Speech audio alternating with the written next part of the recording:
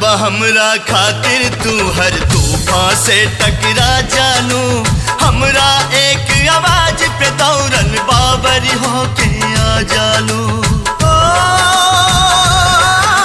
दीवानी, ओ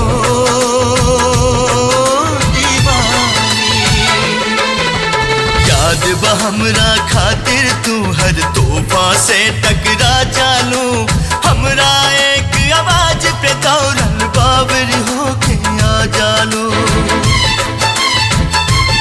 फिर से तूफान से टकरा जा, आजा सुन के सदा तू आजा।